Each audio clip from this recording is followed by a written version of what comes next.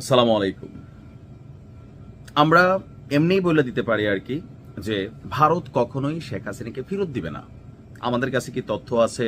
না, তথ্য লাগে না। পরিবেশ পরিস্থিতি সম্পর্কের জায়গা থেকে এটা স্পষ্ট। তো তাহলে ভারতের পররাষ্ট্র মন্ত্রণালয় যে বক্তব্যগুলো দিচ্ছে এগুলা কি? এগুলো তো আওয়ামী লীগের টেনশন ধরাচ্ছে। এগুলো হচ্ছে ডিপ্লোম্যাটিক ল্যাঙ্গুয়েজ, অর্থাৎ কূটনৈতিক ভাষা। আপনি তলে তলে যাই করেন, কিন্তু রাষ্ট্র টু রাষ্ট্রের মধ্যে যখন একটা চিঠি লেনদেন হয়, দেয়ার ইজ এ সিস্টেম, এবং সিস্টেমটার যে language should be diplomatic language, অর্থাৎ আপনাকে কূটনৈতিকভাবে এখানে পক্ষপাতিত্ব এগুলা করা যাবে না কোনো ব্যক্তি বিশেষ রাজনৈতিক দলের প্রতি।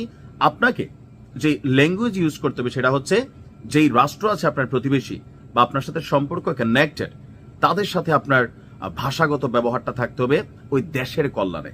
তো এই মুহূর্তে রাষ্ট্রের চোখে, বাংলাদেশি রাষ্ট্রের চোখে শেখ হাসিনার যে বিচার হচ্ছে, সেখানে আন্তর্জাতিক যুদ্ধ অপরাধ ট্রাইব্যুনালে 2টি মামলায় ফাঁসি রায় হয়েছে।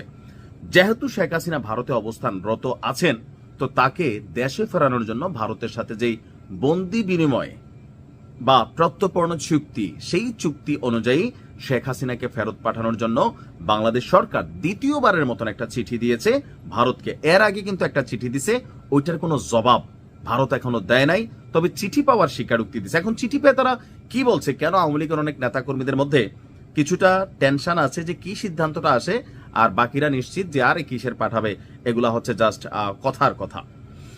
ভারতের গণমাধ্যম দ্য স্টেটমেন্টসে একটা প্রতিবেদন প্রকাশ হয়েছে। আন্তর্জাতিক অপরাধ ট্রাইব্যুনালে মৃত্যুদণ্ডপ্রাপ্ত বাংলাদেশের সাবেক প্রধানমন্ত্রী শেখ হাসিনাকে প্রত্যর্পণের চিঠি পাঠিয়েছে বাংলাদেশ, এবং সেই চিঠিটা হাতে পেয়েছে ভারত। জয়সওয়াল বলছেন, এই ভারতের যিনি পররাষ্ট্র মন্ত্রণালয়ের স্পিকম্যান বা স্পোকার, তো বা স্পিকার যেটি হোক, তিনি বলছেন যে শেখ হাসিনাকে প্রত্যর্পণের জন্য বাংলাদেশের কাছ থেকে নতুন করে একটি অনুরোধ এসেছে। আন্তর্জাতিক অপরাধ ট্রাইব্যুনাল তাকে মৃত্যুদণ্ড দেওয়ার পর এই অনুরোধ পাঠানো হয়েছে যেন তাকে ফিরিয়ে দেওয়া হয়। তো ভারত কি করবে? ভারত বলছে হ্যাঁ, এই অনুরোধটি চলমান বিচারিক এবং আভ্যন্তরীণ আইনি প্রক্রিয়ার অংশ হিসাবে পর্যালোচনা করা হচ্ছে। পর্যালোচনা কবে শেষ হবে? এটা আসলে কখনো শেষ হবে না। কেন হবে না?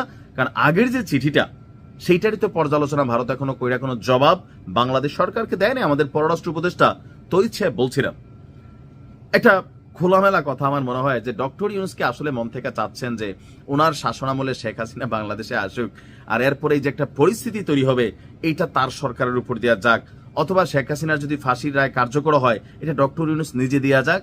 আমার মনে হয় না যে এই সরকারের কোনো উপদেষ্টা অন্তর থেকে এটা চায়, কারণ এইটার ইফেক্ট বা এটার প্রতিক্রিয়া যেটা হবে, লাইক এ মেসি ওয়ার, গৃহযুদ্ধ, অনেক কিছু এখানে ঘটে যাবে। সো এটাকে সরকার সামলাইতে পারবে না, যার কারণে জনগণকে খুশি করার জন্য ওই যে চিঠি দেওয়ার দিলাম, তো সেই চিঠির বিপরীতে কি চিঠি আসলো না আসলো আমরা দিচ্ছি, তো ভারত ফেরত দিচ্ছে না, এরকম একটা অবস্থান কোথাও না কোথাও। আচ্ছা, তো জয়সওয়াল বলছে যে আমরা বাংলাদেশের জনগণের কল্যাণ, বিশেষ করে শান্তি, গণতন্ত্র, অন্তর্ভুক্তি এবং স্থিতিশীলতার প্রতি অঙ্গীকারবদ্ধ। এমনকি এই বিষয়ে সব পক্ষের সঙ্গে গঠনমূলকভাবে যোগাযোগ চালিয়ে যাব।